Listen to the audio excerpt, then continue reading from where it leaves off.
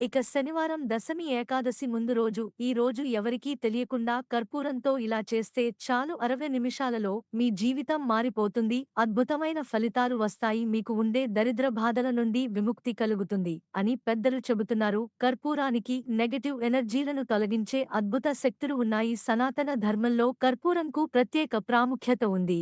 దీనిని పూజా పారాయణం లేదా మరేదైనా శుభకార్యాలలో తప్పనిసరిగా వెలిగిస్తూ ఉంటారు. ఇది లేకుండా పూజ పూర్తి కాదు.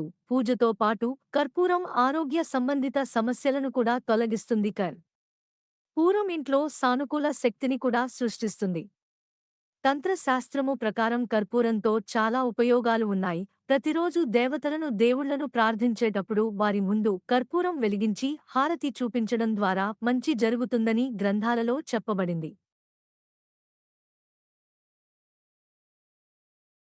ఇంట్లో ఆనందము, శాంతి మరియు సానుకూల శక్తి కోసం ప్రతిరోజు ఉదయం మరియు సాయంత్రం నెయ్యిలో నానబెట్టిన కర్పూరాన్ని వెలిగించి దాని సువాసనను ఇల్లు అంతటా వ్యాప్తి చేయండి. ఎలా చేయడం ద్వారా ఇంట్లో ప్రతికూల శక్తి పోతుంది, ఇంటి సభ్యుల మధ్య పరస్పర ప్రేమ పెరుగుతుంది. రోజు కర్పూరం వెలిగించి దాని వాసనను పీల్చటం ద్వారా హానికరమైన బ్యాక్టీరియా, వైరస్లు మొదలైనవి రావు. అంతేకాదు, కర్పూరం పర్యావరణాన్ని శుద్ధి చేస్తుందని శాస్త్ర పరిశోధనలు వెల్లడిగింది.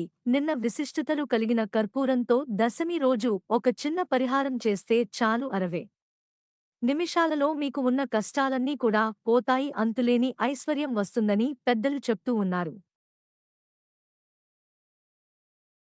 మరి దసరా రోజు కర్పూరంతో ఏం చేయాలి అనే విషయాన్ని ఇప్పుడు మనం ఈ వీడియోలో వివరంగా తెలుసుకుందాము. అంతకన్నా ముందు అసూయతో స్నేహితుడిని చూపిన మందబుద్ధి కథను విందాం. దేశంలోని ఒక గ్రామంలో ఇద్దరు బాలురు చిన్నతనం నుండి ఒకే చోట చదువుకుంటూ స్నేహంగా ఉండేవారు. వారిద్దరూ ఇంకా చదువుకోవాలనే అంశతో కాశీకి వెళ్లి అక్కడ ఇద్దరు కూడా ఒక గురువు దగ్గరనే విద్యాభ్యాసం చేస్తూ ఉండేవారు. చాలా కాలము విద్య నేర్చుకున్న తర్వాత తమ గ్రామమునకు పోదామనుకున్నారు.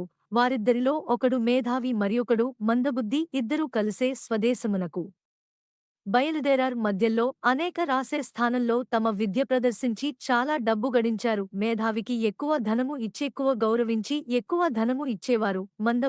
బుద్ధికి తక్కువ ధనము దొరికేది. ఏదో వాడిలో అసూయ మొదలైంది. దాంతో బుద్ధి ఈ మేధావి గ్రామంనకు పోయిన తర్వాత కూడా అందరూ వాడినే ఎక్కువ గౌరవించి ఎక్కువ ధనము ఇస్తూ ఉంటారు అని వీడిని ఎలాగైనా సరే మార్గమధ్యంలో చంపేసి నేను ఒక్కడినే గ్రామమునకు వెళ్లాలని నిశ్చయించుకుని ఎదురు చూడసాగాడు. ఒకనాడు వారు ఊరికి దగ్గరగా ఉన్న అరణ్య మార్గంలో నడుచుచూ అలసిపోయి ఒక చెట్టు నీడలో ఇద్దరూ కూడా విశ్రమించారు. మందబుద్ధి కుతంత్రము తెలియని మేధావి హాయిగా నిద్రపోయాడు. మందబుద్ధికి నిద్ర రాలేదు. తమిదరు ఊరికి పోయిన తర్వాత అందరూ మేధావిని గౌరవిస్తారు. వాడే ఎక్కువ ధనము సంపాదిస్తాడు. నన్ను ఎవరు గౌరవించరు, వీడిని ఎలాగైనా సరే చంపివేయాలి. కానీ వీడు నాకు చిన్ననాటి స్నేహితుడు కదా, నన్ను నమ్మి హాయిగా నిద్రపోతున్నాడు, వీడిని చంపుట ఆ ధర్మము కదా. ఇంటికి వెళ్ళి వీడి తల్లిదండ్రులకు బంధువులకు ఏమని చెప్పాలి అని దైవది భావనతో ఆలోచిస్తున్నాడు. చివరకు అధర్మమే గెలిచింది. మంద బుద్ధి వేడిని ఇక్కడే చంపివేసి పులివాడిని చంపివేసింది అని చెప్తామనుకుని మేధావి తలను తన కాళ్ల మధ్య ఇరికించుకుని కత్తి తీసి వేదావిని చంపబోయాడు. అంతలో మేధావికి మేలుకో వచ్చే, నన్ను చంపవద్దు అని బ్రతిమిలాడాడు. నీకు నేనేమీ అపకారము చేశాను? నిన్ను నా తమ్ముని వలె ప్రేమగా చూసుకున్నాను. ఊరికి వెళ్ళిన తర్వాత ఈ ధవళము నీకే ఇచ్చివేసి నేను నా తల్లిదండ్రులను తీసుకుని వేరే దేశంలోకి వెళ్ళిపోతాను. నీకు నేను అడ్డురాను, నన్ను చంపవద్దు.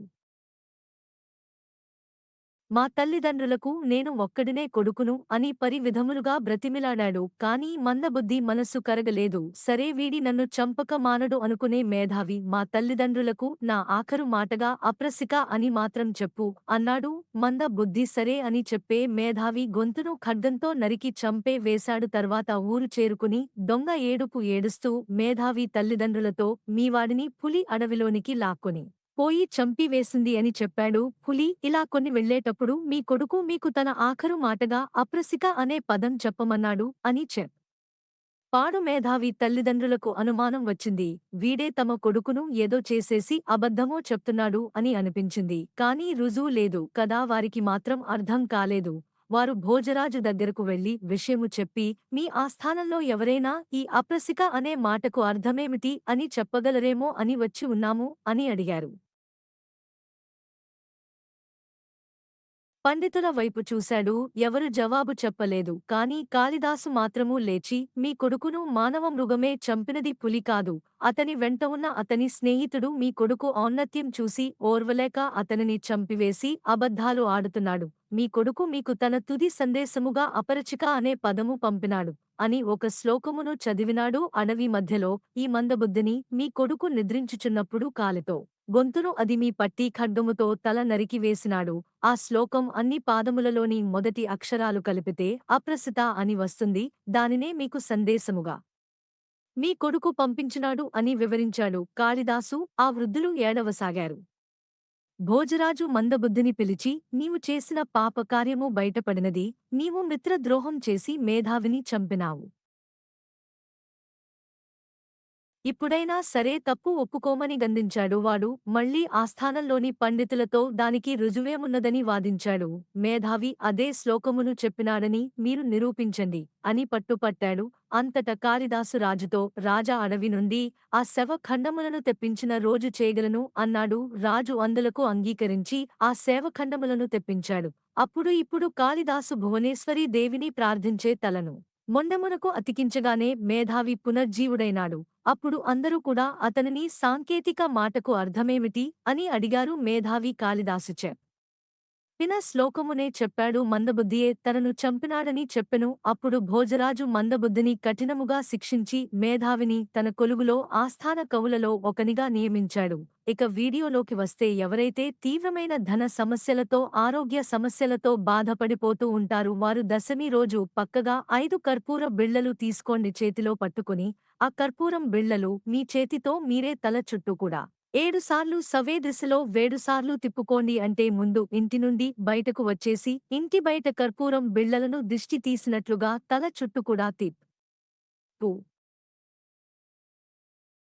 కోండి. తర్వాత కర్పూరం పిల్లలను ఒక వైట్ పేపర్లో వేయండి. ఈ కర్పూరంతో పాటు ఒక బిర్యానీ తీసుకుని అంటే బిర్యానీ ఆకును తీసుకుని ఆ బిర్యానీ ఆకులను ముక్కలు ముక్కలు ముక్కలుగా కట్ చేసి నలిపివేసి ఆ పేపర్లో వేయండి. తర్వాత అగ్గిపుల్లతో కర్పూరం బిళ్లలు వెలిగించండి. కర్పూరం బిర్యానీ ఆకులు పేపర్ మొత్తం పూర్తిగా కాలిపోయే వరకు మీరు అక్కడే ఉండండి. అవన్నీ కాలిపోయిన తర్వాత మీ కాలితో 3 సార్లు తొక్కి ఆ తర్వాత కాళ్ళు కడుక్కుని ఇంట్లోకి వెళ్ళండి. దశమి రోజు రాత్రి సమయంలో చాలా రహస్యంగా ఈ పరిహారాన్ని చేయాలి. ఎవరికీ చెప్పకుండా ఎవరికీ కనబడకుండా చేయాలి. అంటే ఇంట్లో వారికి చెప్పినా పర్వాలేదు కానీ బయట వారికి మాత్రం ఎవరికీ చెప్పకూడదు. చెప్తే ఎటువంటి ఫలితం రాదు. దశమి రోజు సాయంత్రం చీకటి పడిన తర్వాత మాత్రమే ఈ పరిహారం చేసుకోవాలి.